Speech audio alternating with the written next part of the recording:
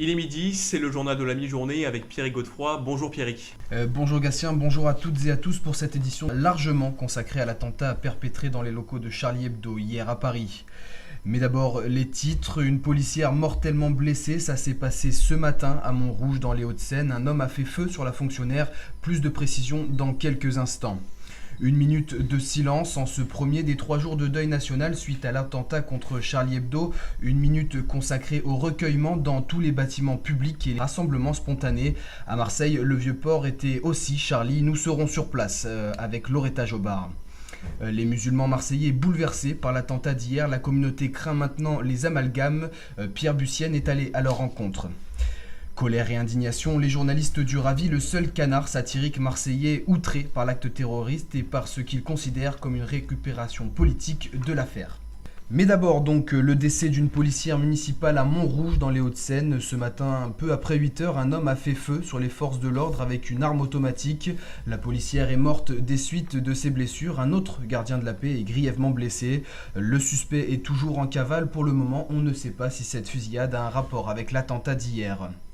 Une minute de silence partout en France. À midi, toutes les institutions publiques, écoles, mairies et tous ceux qui ont voulu rendre hommage aux 12 victimes de l'attentat perpétré hier dans les locaux de Charlie Hebdo à Paris ont arrêté leur activité pour se recueillir. À Marseille, un rassemblement spontané au Vieux-Port. Loretta Jobard, vous êtes sous l'ombrière. Comment s'est déroulée cette minute de silence ?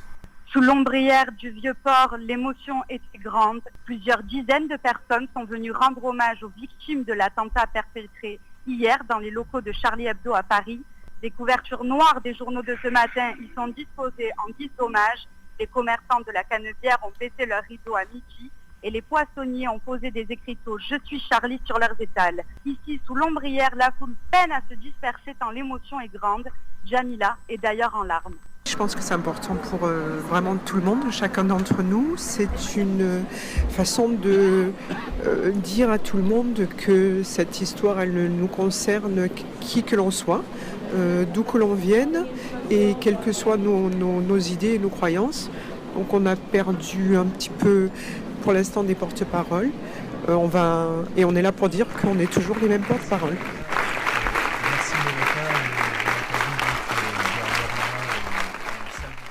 Et des minutes de silence ont été observées partout dans le monde, notamment à Madrid, New York, Londres ou encore Bruxelles, où plus d'1 millier de personnes s'est rassemblé ce matin, pancarte « Je suis Charlie » en main. Le flot de réaction de la classe politique n'a pas molli non plus, un mot d'ordre, l'unité nationale. Le président Hollande s'est exprimé lors de l'hommage au résistant Robert Chambeiron. Il n'a pas hésité à faire un parallèle entre les rassemblements de cette nuit et la résistance. De son côté, Nicolas Sarkozy a lui affirmé que la meilleure réponse à cet attentat, c'est l'unité totale de la nation française. Faire bloc contre les extrémistes, c'est aussi le désir des musulmans de France. Touchés de plein fouet par les dérives de certains de ces pratiquants, l'islam est parfois décrédibilisé aux yeux de ceux qui ne le pratiquent pas. À Marseille, la communauté musulmane est la plus large de France avec plus de 200 000 fidèles. Eux aussi, Pierre Bussienne condamne fermement les attentats d'hier. Oui, Pierrick, à Marseille, la communauté musulmane est extrêmement choquée par les attentats d'hier. Comme vous le rappeliez, la crainte d'un amalgame entre terrorisme et pratiques religieuses est présente dans les rues de la ville. À la mosquée Khalid ibn al-Walid, Nasser est consterné par les actes d'hier. On est tous choqués. De toute façon, l'idée d'entendre qu'il y a des humains qui se font tirer dessus gratuitement, c'est choquant.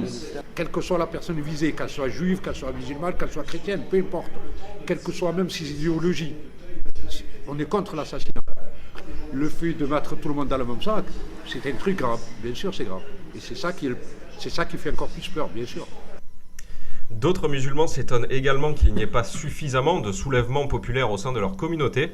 Khalifa, étudiant à Lumini, souhaiterait que les musulmans de France marquent plus fortement leur opposition à de tels actes qui ne représentent pas ce qu'est l'islam selon lui.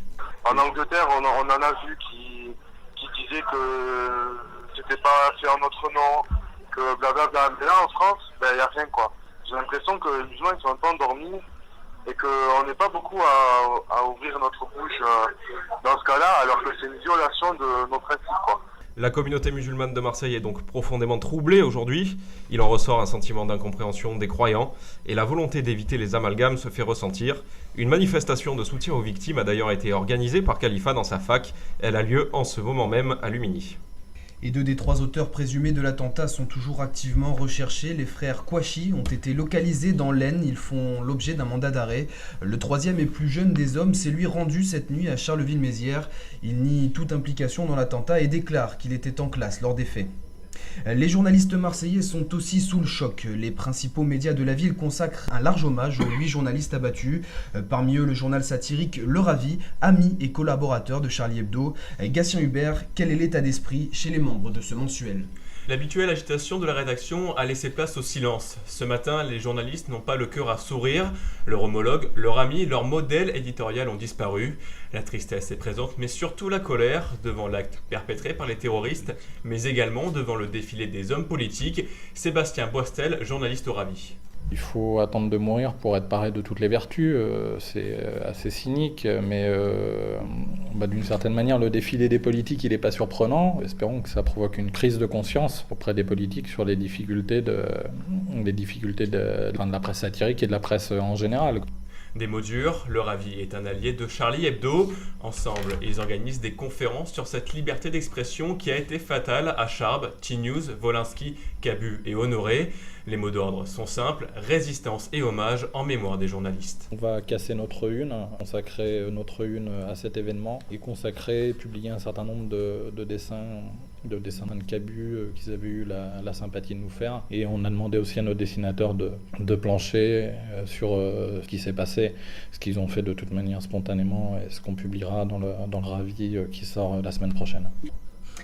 Et donc une émotion aussi dans la presse, tous les numéros de Charlie Hebdo ont été écoulés en 1 heure hier. Merci Pierrick, merci de nous avoir suivis. Prochain rendez-vous de l'information à 13h.